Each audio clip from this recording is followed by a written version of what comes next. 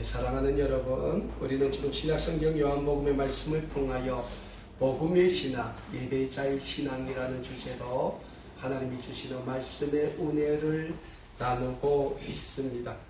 오늘은 특별히 우리가 받은 본문 말씀인 요한복음 4장 27절에서 42절의 말씀으로 그리스도를 믿는 나의 고백과 행동이라는 제목으로 하나님이 주시는 말씀의 은혜를 함께 나누기를 소원합니다.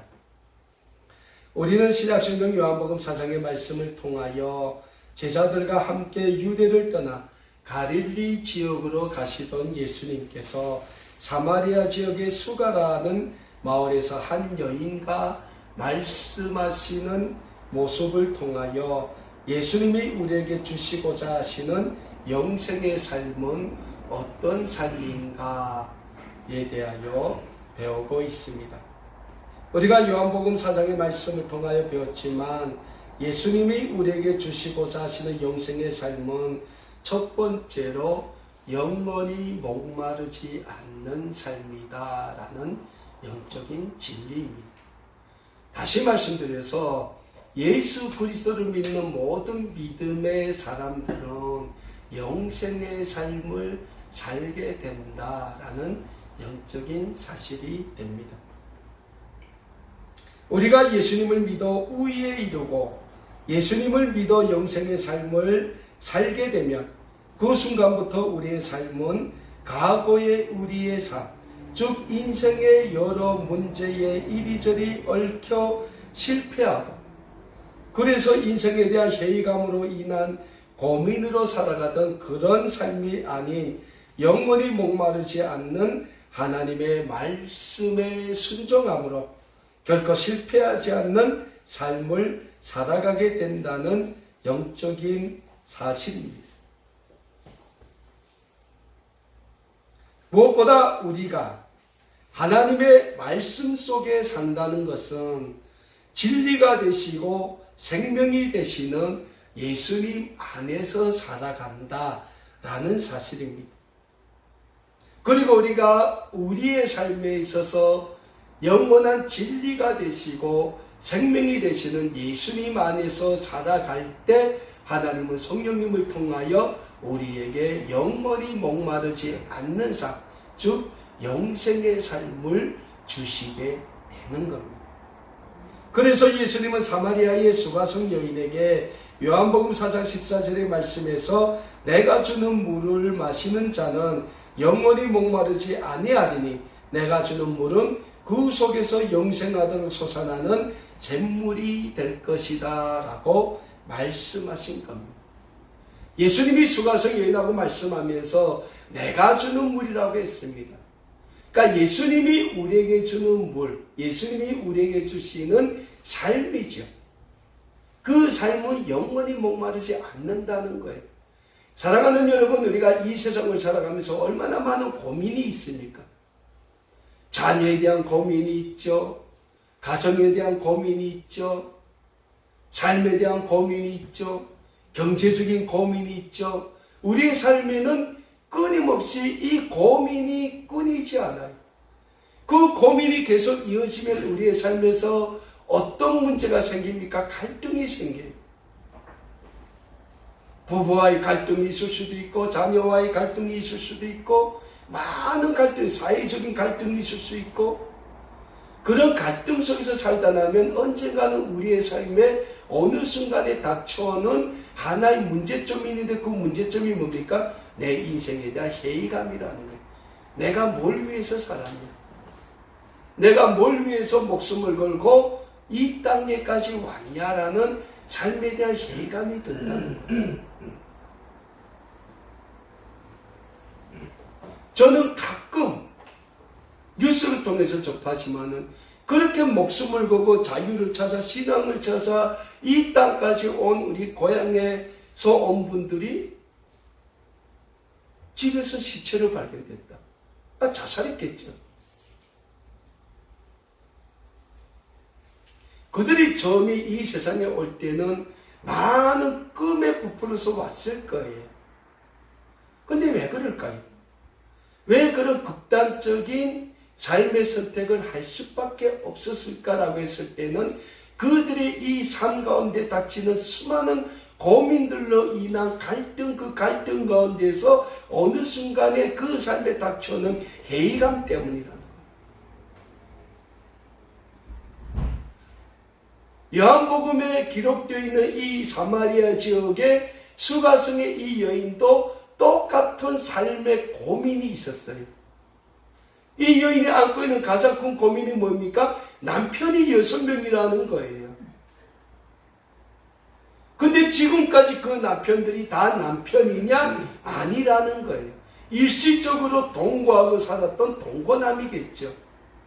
그러니까 그 수가라는 마을의 사람들은 그 여인만 보면 손가락질하고 저 창녀 같은 여자, 뭐 온갖 이 세상에 모든 그 안 좋은 단어를 다 이용하여 그 여인을 공격했을 거예요. 그래서 이 여인이 그 수가성 마을의 입구에 있는 그 야곱의 우물에 목을 물을 기울여 나오는 시간이 언제입니까? 정오. 가장 그 팔레스타인 지역에서 낮이 뜨거운, 태양이 뜨거운 그 시간에 물을 기울여 나온 거 아닙니까? 왜? 그 시간에 너무 뜨거워가지고 그 마을 사람들은 집안에서 나오지 않았다는 거예요. 그러니까 그 시간을 이용해서 이 여자는 그 마을 사람들의 눈길을 피해서 물을 길러 나왔던 여자라는 거예요. 근데 그 여자가 누굴 만납니까? 예수님을 만나요. 그리고 예수님과 인생에 대한 여러 가지 대화를 나눕니다.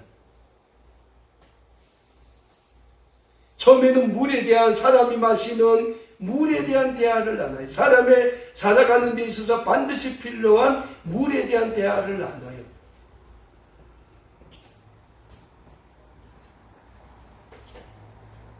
뭡니까? 우리 인간의 삶이 다 그런 삶이라는 거예요. 이 앞에 있는 박 목사도 그렇고 여기 앉아있는 모든 사람들이 이 세상에서 살아가기 때문에 끊임없이 이 세상의 삶에서는 끊임없는 고민과 갈등과 회의감이 겹친다는 거예요. 그런데 그 속에서 우리가 예수님을 만나면 그 순간부터 우리의 삶이 달라지는데 그 첫 번째 달라지는 게 뭡니까? 하나님이 예수님을 통하여 우리에게 영원히 목마르지 않는 삶을 준다는 거예요. 조건부도 있습니다. 우리가 예수님을 믿어야 한다는 거예요. 믿을 때 우리의 삶이 달라지는데 첫 번째로 우리의 삶이 영원히 목마르지 않는, 물론 이 세상에서 살기 때문에 고민도 있고 갈등도 있고 회의감이 있을 거예요. 근데 예수님을 믿는 순간부터 우리가 그 모든 우리의 삶에서 겪게 되는 고민과 갈등, 회의감을 누군데 내놓게 됩니까? 예수님 앞에 내놓을 수 있다는 거예요. 그러면 하나님은 예수 그리스도를 통하여 우리의 삶에 닥치는 그 고민과 갈등과 회의감을 해결해 주시게 된다는 거예요. 그 삶이 예수님이 오늘 수가성 여인에게 말씀하시는 내 속에서 영원히 솟아나는 샘물이 된다는 거예요. 끊임없이 말씀을 통하여 우리에게 그 길을 가르쳐 주시게 된다는 거예요. 두 번째로 우리가 예수 그리스도를 믿게 되면 그 순간부터 우리의 믿음의 대상이 확실해진다는 거예요. 우리의 믿음의 대상이 확실해진다는 게 뭡니까? 우리의 삶에서 우리가 예배해야 될 대상, 우리가 영원히 받도록 모시고 살아야 할 그 대상이 확실해진다는 거예요. 이 사마리아 수가성 여인이 예수님과 얘기하다가 예수님이 그 여인에게 내가 주는 물을 내가 구했다며 내가 너에게 주리여 그 물이 내 삶 속에서 영원히 목마르지 아니하리라고 말씀하시니까 이 여인이 질문이 달라집니다. 그 다음 질문이 뭡니까? 요한복음 4장 20절 보면 예배에 대한 질문이에요. 우리 조상들은 이 산에서 예배하였는데 당신들의 말은 예배할 것이 예루살렘에 있다 하더이다. 그러니까 예수님이 유대인으로 섰지 않아요? 그러니까 이 여인이 예수님을 유대인으로 생각하고 본인이 안고 있는 가장 큰 질문 중에 질문을 예수님께 던지게 됩니다. 우리가 말씀을 통해 배웠지만은 사마리아 사람들은 과거에 아수리 침공을 받았을 때 아수르 군인들이 그 사마리아 여인들을 강간하고 겁탈하고 이래서 그 유대인의 전통성이 사라졌어요. 그랬다고 해서 유대인들은 그 사마리아 사람들이 같은 유대 민족임에도 불구하고 유대인이 아니라고 취급을 했다는 거예요. 배척을 했다는 거예요. 한 민족 안에서 민족이 민족을 배척을 했다는 거예요. 여러분, 우리가 대한민국에서 살고 있습니다. 그런데 우리가 이 사회에서 살면서 많은 분들이 우리를 동정하고 북한을 동경하고 그럼에도 불구하고 많은 사람들이 북한을 배척을 해요. 북한 사람들을 불쌍히 여김에도 불구하고 통일은 반대해요. 왜 그럴까요? 같이 못 산다는 거예요. 그래서 내가 너네 불쌍한 거는 알겠지만 너네는 너네 삶을 살고 우리는 우리 삶을 살 거마 하는 게 오늘날의 대한민국의 국민 정서라는 거예요. 유대인도 같습니다. 사마리아인들도 같은 유대인임에도 불구하고 아수리 침공을 받으면서 자기 민족적 정교를 잃었다고 해서 사마리아인들을 배격을 했다는 거예요. 그래서 이 사마리아 사람들은 예루살렘에 가서 예배를 못 드리고 어디서 드렸습니까? 그 사마리아 지역에 있는 그림심산이라는 곳에서 하나님께 예배 드렸다는 거예요. 그러니까 이 사마리아 사람들에게는 늘 두 가지 질문이 있어요. 우리도 같은 유대인들인데 왜 우리는 저 유대인들에게 박해를 받아야 되냐? 멸시를 받아야 되냐? 이 고민이 하나 있었고, 우리는 그래도 유대인으로서 하나님께 그림심산에서라도 예배를 드리는데 왜 저희들은 예루살렘 성전에서만 반드시 하나님께 예배 드려야 된다고 얘기를 하는가? 이 고민이 있었던 거예요. 이 여인이 예수님께 그 고민을 얘기를 합니다.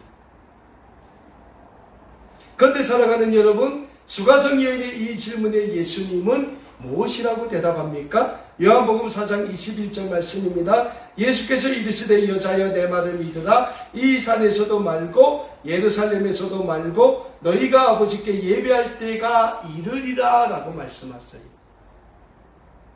그러니까 너희가 지금 그림심산에서도 예배드리고 전통 유대인들은 예루살렘 성전에서 예배드리는데 그거는 하나님께 진정으로 드리는 예배가 아니라는 거예요.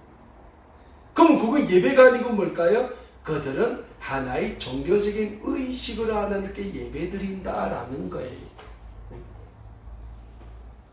그러면서 예수님께서 요한복음 4장 23절과 24절에서 이런 말씀을 하고 계십니다. 아버지께 참되게 예배하는 자들은 영과 진리로 예배할 때가 오나니 곧 이때라. 아버지께서는 자기에게 이렇게 예배하는 자들을 찾으시느니라. 하나님은 영이시니 예배하는 자가 영과 진리로 예배할지니라 라고 예수님이 말씀을 하십니다. 사랑하는 여러분, 오늘 우리는 지금 하나님께 주일 예배를 드리고 있습니다. 그런데 우리는 오늘 하나님께 예배드리면서 어떤 자세로 예배드리고 있습니까? 정말 예수님께서 말씀하신 대로 우리의 온 마음과 뜻과 정성을 다하여 하나님을 사랑하는 마음으로 하나님께 예배를 드리고 있습니까? 정말 우리는 지금 이 시간 성삼위 하나님께 우리의 모든 것을 다하여 영과 진리로 예배드리고 있다고 생각하십니까? 만일 그러하지 못한다면 지금 이 순간부터라도 우리의 생각과 우리의 마음의 자세를 다시 가지시기를 바랍니다. 왜냐하면 우리의 예배의 대상이 되시는 성삼위 하나님께서 지금 우리의 온 마음과 뜻과 정성을 다하여 그 성삼위 하나님을 영과 진리로 예배하는 것을 찾으시기 때문입니다. 그래서 예수님은 성삼위 하나님께 예배드리는 우리에게 말씀하십니다. 하나님은 영이시니 예배하는 자가 영과 진리로 예배할지니라 라고 예수님은 우리에게 말씀하고 있는 겁니다. 자, 지금까지 사마리아 수가성 여인과 예수님과의 대화를 통하여 우리는 두 가지 확실하게 배웠습니다. 먼저는 예수 그리스도를 믿는 믿음의 사람들의 삶에는 하나님이 성령님을 통하여 날마다 시간마다 부어주시는 영생의 삶이 임하게 된다는 영적인 진리입니다. 두 번째로 예수 그리스도를 믿는 사람들은 자신들이 믿는 믿음의 대상이 확실해지며 그로 인한 예배의 대상이 확실해지며 그 예배의 대상에게 어떤 자세로 예배 드리게 되는지에 대하여 확실하게 깨닫게 된다는 사실입니다. 그리고 예수 그리스도를 믿는 믿음의 사람들에게 나타나는 세 번째 영적인 진리는 믿음의 대상에 대한 신앙의 고백이 날마다 고백되어진다는 영적인 진리입니다. 요한복음 4장의 말씀을 보면 예수님과 여러가지 대화를 나누던 수가성 여인이 예수님에 대한 자신의 신앙 고백을 예수님 앞에서 하는 모습이 그려져 있는 것을 우리는 찾아보게 됩니다. 먼저 요한복음 4장 19절을 보며 예수님과 대화를 하던 이 수가성 여인이 예수님께 이런 고백을 합니다. 여자가 이르되 주여 내가 보니 선지자입니다. 선지자입니다.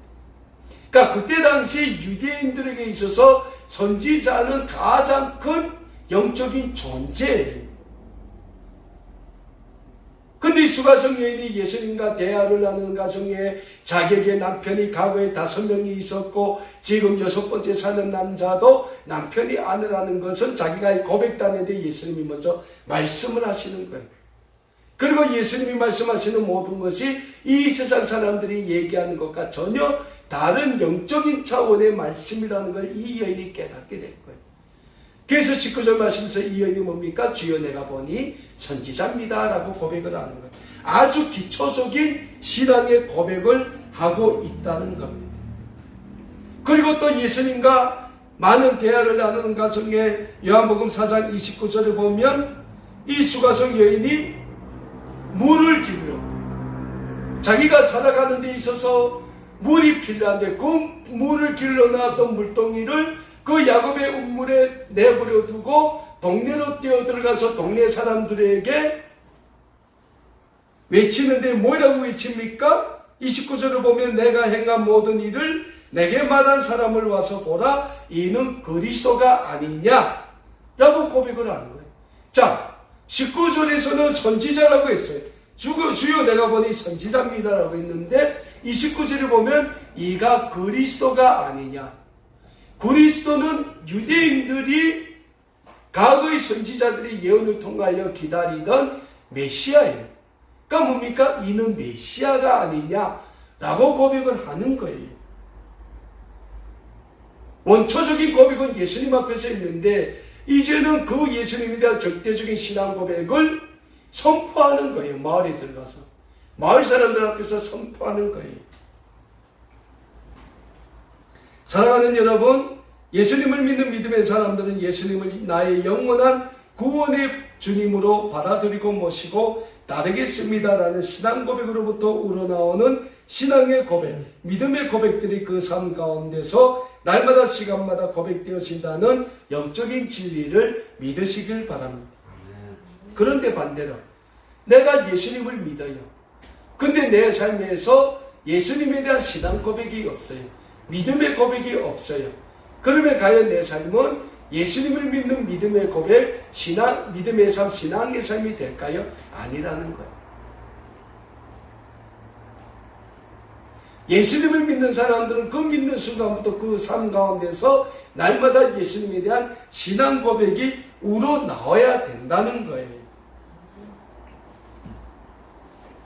저는 늘 하루를 살아가면서 사도신경을 많이 고백하곤 합니다. 제가 사도신경을 많이 고백하는 것은 사도신경은 초대교회 사도들의 신앙 고백을 정리한 신앙 고백이지 않습니까? 그래서 우리도 주일 예배, 수요 예배, 각종 예배 드릴 때마다 늘 사도신경을 우리의 신앙으로 하나님 앞에 고백드리지 않습니까? 그래서 저는 늘 사도신경을 많이 고백하는 편입니다. 왜? 그 사도신경에는 우리가 하나님께 드려야 될 신앙 고백이 다 담겨져 있다는 거예요. 그렇습니다. 우리의 삶이 그래야 됩니다. 날마다 시간마다 우리는 늘 하나님을 고백해야 되고 하나님이 우리에게 보내주신 영원한 구원의 주님이신 예수 그리스도를 고백해야 되는 거예요. 우리가 날마다 시간마다 우리의 삶 가운데서 우리의 믿음의 주여 또한 우리의 삶을 온전하게 하시는 우리 주님께 늘 신앙의 고백을 할 때 우리 주님은 성령님을 통하여 우리를 만나주시고 우리의 삶을 하나님이 기뻐하시는 거룩한 구원의 삶으로 인도해 주시게 된다는 영적인 진리를 늘 잊지 마시고 우리의 삶에서 늘 우리 주님에 대한 신앙의 고백을 하시면서 살아가는 아름다운 꿈에게 모든 믿음의 가족 여러분들이 다 되실 수 있기를 간절히 소원합니다. 마지막으로 예수 그리스도를 믿는 믿음의 사람들에게 나타나는 증거는 행동하는 신앙이 된다라는 영적인 진리입니다. 오늘 우리가 받은 본문 말씀인 요한복음 4장 27절에서 42절의 말씀을 보면 예수님과 대화를 하던 사마리아 수가성 여인이 우물가에 물을 길러 가지고 왔던 물동이를 우물가에 버려둔 채로 동네로 뛰어들어가면서 예수님을 증거하는 모습이 기록되어 있습니다. 오늘 본문 말씀 요한복음 4장 29절의 말씀을 보면 수가성 여인이 예수님과 대화를 나누다가 물동이를 버려둔 채 마을로 뛰어들어가 마을 사람들에게 예수님을 소개하며 이런 말을 합니다. 와서 보라. 여러분, 이 말이 굉장히 중요합니다. 와서 보라.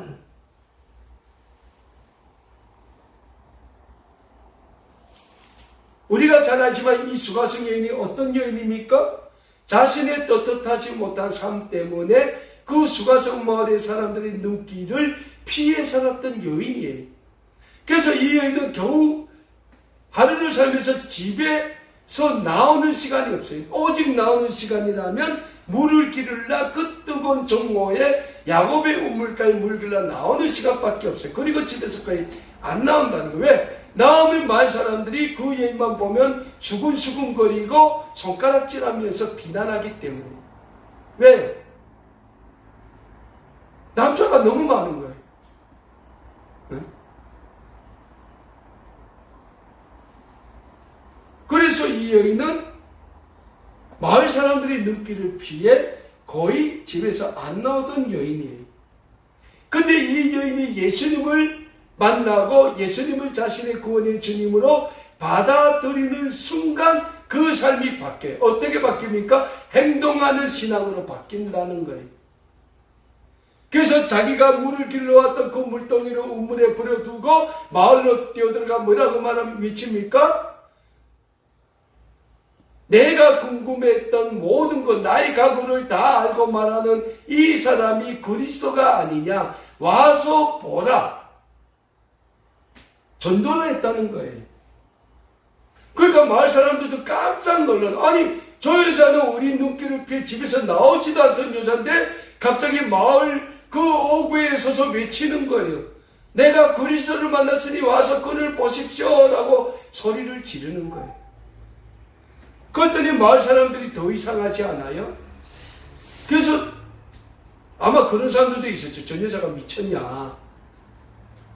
그래서 궁금해서 마을 사람들은 1명, 2명, 3명, 4명 그 야곱의 우물가로 모여들기 시작했어요.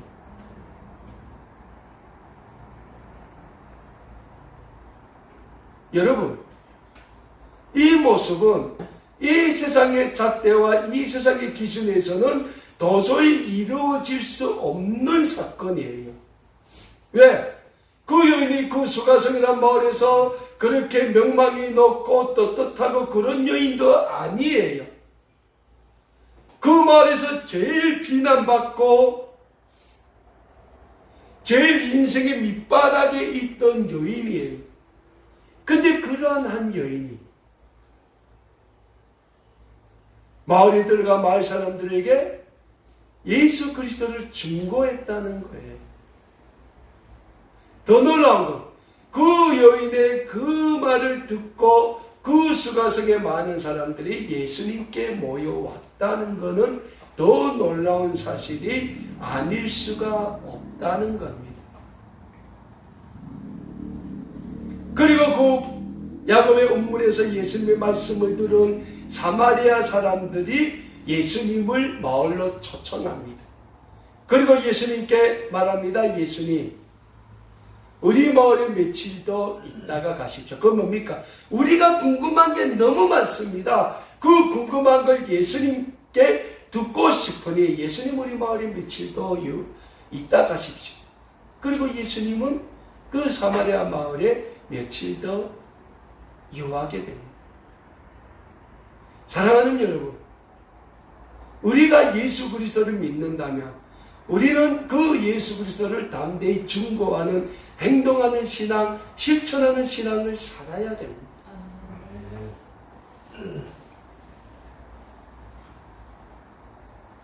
그럴 때 예수님은 우리가 실천하는 그 행동과 우리가 그 증거하는 행동을 통하여 이 세상에 믿지 않는 사람들을 만나 주신다는 거예요.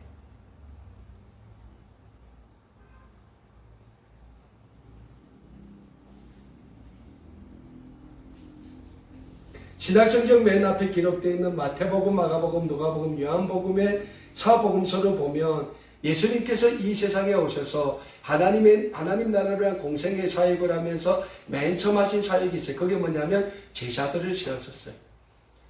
그래서 12명의 제자를 세우셨고 70명의 제자들을 세우셨습니다. 이 12명의 제자들과 70명의 제자들이 예수님이 십자가에 달려 돌아가시고 부활하신 후 하나님 나라에 올라가신 다음에 이 세상에 주님의 몸된 교회들을 세우기 시작했습니다. 아마 그때 그 12명의 제자들과 70명의 제자들이 예수님이 십자가에서 죽으신 것만 바라보고 다 도망친 그대로 있었다면 이 세상에 주님의 몸된 교회는 세워지지 않았을 거예요. 그런데 그 제자들이 다시 살아나신 예수님을 본 다음에 담대하게 예수는 그리스도라고 증거하기 시작했다. 행동하는 신앙, 실천하는 신앙으로 옮겨지게 되었다는 거예요. 우리 아름다운 꿈의 교회도 마찬가지입니다. 오늘 우리는 예수 그리스도를 우리의 영원한 구원의 주님으로 믿고 사는 믿음의 사람들임에는 틀림이 없습니다. 그렇다면 오늘 우리의 삶에서 나타나는 몇 가지 증거들이 있어야 합니다. 예배의 삶, 믿음의 삶, 고백의 삶, 행동하는 삶, 실천하는 삶이 있어야 돼요. 그런데 그 중에서 가장 중요한 삶이 뭡니까? 실천하는 삶, 행동하는 삶이 되어야 한다는 겁니다. 왜? 실천하는 삶, 행동하는 삶은 예수님이 우리에게 주신 최대의 지상 명령이 되기 때문입니다. 신약성경 마태복음 28장 18절에서 20절의 말씀을 보면 예수님께서 십자가에 달려 죽으시고 부활하신 후 하나님 나라로 들려 올라가시기 전에 우리에게 이런 최대의 지상 명령을 주고 있음을 찾아보게 됩니다. 예수께서 나와 이르시되 하늘과 땅의 모든 권세를 내게 주셨으니 그러므로 너희는 가서 모든 민족을 제자로 삼아 아버지와 아들과 성령의 이름으로 세례를 베풀고 내가 너희에게 분부한 모든 것을 가르쳐 지키게 하라. 볼지어다 내가 세상 끝날까지 너희와 항상 함께 있으리라 하시니라. 예수님이 우리에게 뭐라 말씀하십니까? 하늘과 땅의 모든 권세를 하나님이 예수님에게 주셨으니 그 권세를 내가 또 우리에게 주신다는 거예요. 그게 뭡니까? 성령의 능력이지. 그래서 너희는 가서 모든 민족을 제자로 삼고 아버지와 아들과 성령의 이름으로 세례를 주고 그들에게 하나님의 말씀을 가르쳐 그들이 행하게 하라고 말씀하고 있는 거예요. 그러면서 예수님이 우리에게 뭐라 말씀하십니까? 보라 내가 세상 끝날까지 너희와 함께 하리라. 우리와 세상 끝날까지 함께 하겠다고 예수님은 분명히 말씀하고 있는 겁니다. 사랑하는 여러분, 오늘 예수님의 이 말씀을 우리는 우리의 삶에 새기기를 원합니다. 그리고 예수님의 이 말씀을 우리가 받들고 이 세상에 나아가 담대히 예수 그리스도를 증거하고 전하는 행동하는 삶, 실천하는 삶을 다 사심으로 우리의 그 행동하는 삶, 실천하는 삶을 통하여 하나님의 구원의 영광이 이 땅에 이루어지는데 마음껏 중보자의 삶으로 쓰임받는 우리 아름다운 꿈의 교회 모든 믿음의 가족 여러분들 다 되실 수 있기를 우리 주 예수 그리스도의 이름으로 간절히 소원합니다.